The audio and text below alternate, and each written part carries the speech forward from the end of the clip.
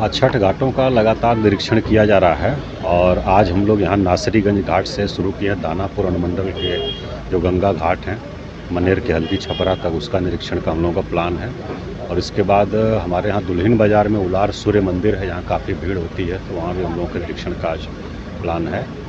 और मसौढ़ी अनुमंडल में भी कुछ बड़े छठ घाट हैं, उनको भी हम लोग आज देखेंगे। तो मुख्य रूप से वहाँ जो तैयारी हो रही है उसका निरीक्षण कर रहे हैं, किसी प्रकार की कोई कमी नहीं रहे और कोई दुर्घटना का चांस नहीं रहे, तो उसी को लेकर के हम लोग निरीक्षण कर रहे हैं। तो अभी व्यवस्था ठीक है, काम चल रहा है तेज़ी से और 2-3 दिन का समय है, उसमें बाकी काम पूरा कर लिया जाएगा। और कुल मिला के घाट का निर्माण कराया जा रहा है, बैरिकेटिंग की जाएगी और जल स्तर देखते हुए, और उसके बाद चेंजिंग रूम, प्रकाश व्यवस्था और कंट्रोल रूम हम लोगों का, मेडिकल टीम सब लोग रहेगा। SDRF NDRF की टीम भी रहेगी कि किसी प्रकार की कोई अप्रिय स्थिति नहीं हो, साफ़ सफाई रहेगी, जो हमारे छठ व्रती आ रहे हैं उनको किसी प्रकार की असुविधा नहीं हो। तो सरकार के निर्देशानुसार ये सारी तैयारी सभी घाटों पर सुनिश्चित कराई जा रही है, उसी का निरीक्षण हम लोग कर रहे हैं। और अभी जो जलस्तर की बात है, तो जो पिछले साल छठ के समय जितना गंगा का जलस्तर था उससे 1 मीटर अधिक रहेगा इस बार, क्योंकि लगभग 12 दिन पहले छठ पड़ रही है पिछले साल की तुलना में। तो उसको देखते हुए हम लोग बैरिकेटिंग कर रहे हैं। और आज का जो जल स्तर है, इससे हम लोगों को उम्मीद है कि अभी लगभग 1 से 1.5 फीट और घटेगा छठ के दिन तक, लगभग 8 से 10 सेंटीमीटर प्रतिदिन घट रहा है। तो उसको देखते हुए तो हम लोगों ने तैयारी अच्छी की है और जो बचे काम है उसको समय से पूरा करने का निर्देश दिया गया है। विभिन्न घाटों पर उसी का निरीक्षण कर रहे हैं। सर, पार्किंग की व्यवस्था? हाँ, वाहनों की पार्किंग की व्यवस्था भी रहेगी। पार्किंग स्थल चिन्हित किए गए हैं सभी घाटों पर। मुख्य रूप से जो कॉलेज और स्कूल और इस प्रकार के प्रांगण हैं, वहाँ पर हम लोग इसको रख रहे हैं। और जो हमारे कच्चे घाट हैं इधर JP सेतु के आसपास, वहाँ भी बड़े बड़े पार्किंग स्थल निकले हैं, उनको भी बैरिकेड करा के हम लोग पार्किंग की व्यवस्था करा रहे हैं। छठ के दिनों गंगा में नाव का परिचालन?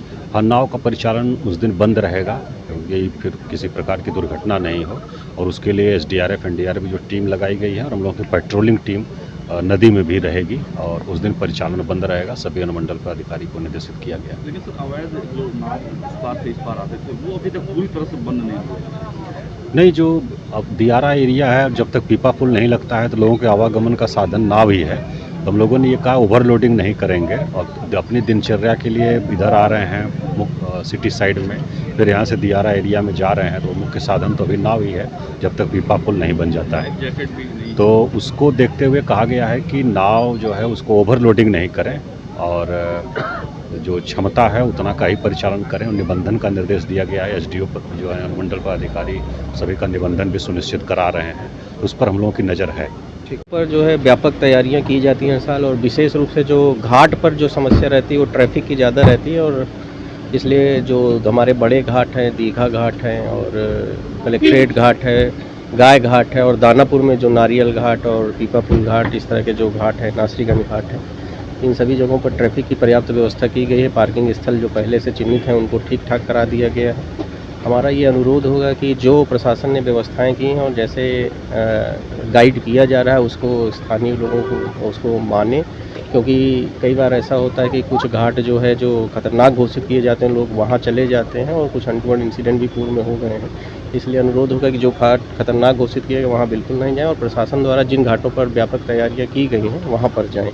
इसके अलावा छठ पर क्योंकि लोग बड़ी संख्या में रात में घाट पर रहते हैं, तो वैसे घाटों में रात में भी सुरक्षा बलों की प्रतिनियुक्ति की गई है। पुलिसकर्मी वहाँ रहेंगे, और गांव जो उनके घर हैं उन घरों पर भी जो है गश्ती वगैरह की व्यवस्था वैसे मोहल्लों में की जा रही है। नासरीगंज मोड़ जो है छठ के दिन अमूमन देखा जाता है कि शाम के अर्घ के दिन पूरा चौक हो जाता है, दोनों तरफ से गाड़ियाँ आती जाती है, तो उसके लिए क्या कुछ स्पेशल कुछ व्यवस्थाएँ की? नहीं, देखिए, इसमें दिक्कत तभी होती है जब लोग एकदम लास्ट मोमेंट में बड़ी संख्या में आते हैं। इसलिए हमारा अनुरोध होगा कि पहले से ही आना शुरू कर दें, क्योंकि जो शाम वाला अर्घ होता है उसमें दोनों तरफ से ट्रैफिक चलता रहता है, लोग आते भी रहते हैं, लोग 3 साढ़े 3 बजे से आने लगते हैं और वापस भी जाने लगते हैं। उसमें जब लास्ट मोमेंट में लोग बड़ी संख्या में आते हैं तो समस्या होती है। इसीलिए सुबह के अर्घ में इस तरह की समस्या नहीं होती, क्योंकि लोग आते हैं और फिर एक अलग अलग समय में निकलते हैं, आने और जाने का समय अलग अलग हो जाता है। इसलिए शाम के समय में जो जहाँ रोका जाए लोग वहाँ रुके। कई बार लोग रुकना नहीं चाहते हैं और बहुत घाट के नज़दीक आना चाहते हैं, खासकर जो बाद में आते हैं। इसलिए अनुरोध होगा कि समय से आ जाएँ, और जहाँ पर फिर जो ट्रैफिक के कर्मी हैं, जो पुलिसकर्मी प्रतिनियुक्त किए गए हैं यातायात संचालन में, उनके द्वारा जो अनुरोध किया जा रहा है उस अनुरोध को मानेंगे तो इस तरह की कोई समस्या नहीं होगी।